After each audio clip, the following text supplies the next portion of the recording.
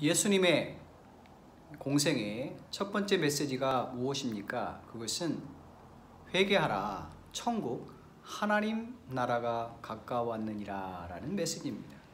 하나님 나라, 이것은 헬라어로 바실레이라고 합니다. 자, 하나님의 나라와 교회, 에클레시아와의 다른 점이 무엇이겠습니까? 신학자 한스킹은 교회란 무엇인가에서 이런 글을 우리에게 얘기합니다.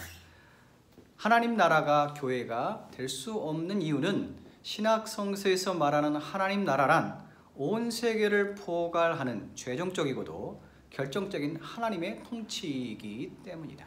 하나님 나라란 조직적 발전이나 성숙의 과정에 의해서가 아니라 온전히 새롭고 즉각적인 하나님의 완성, 하나님의 행위에 의해 이루어지는 것이며, 여기에 인간이 할 일이란 마음을 열고 순종하는 것이요, 정신을 차리고 기다리는 것이며 회개하는 것이다.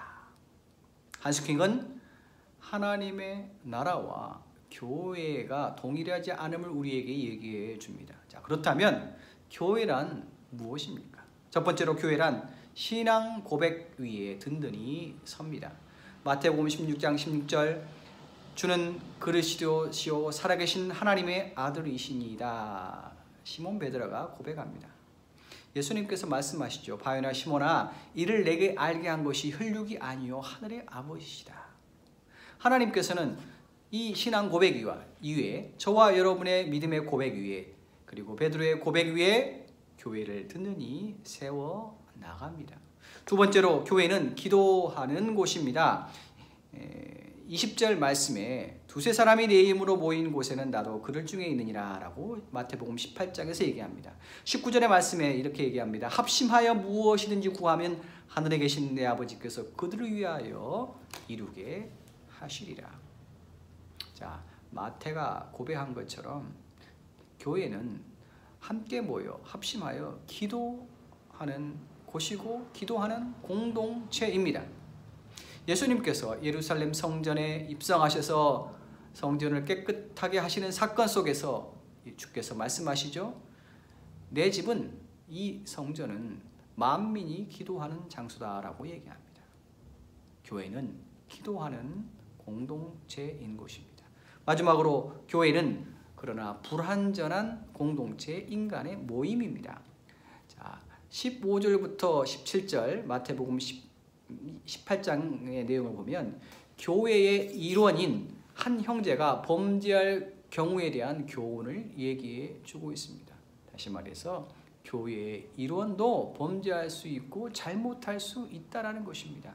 교회는 죄인들의 모임임을 분명하게 얘기해 주고 있는 것입니다.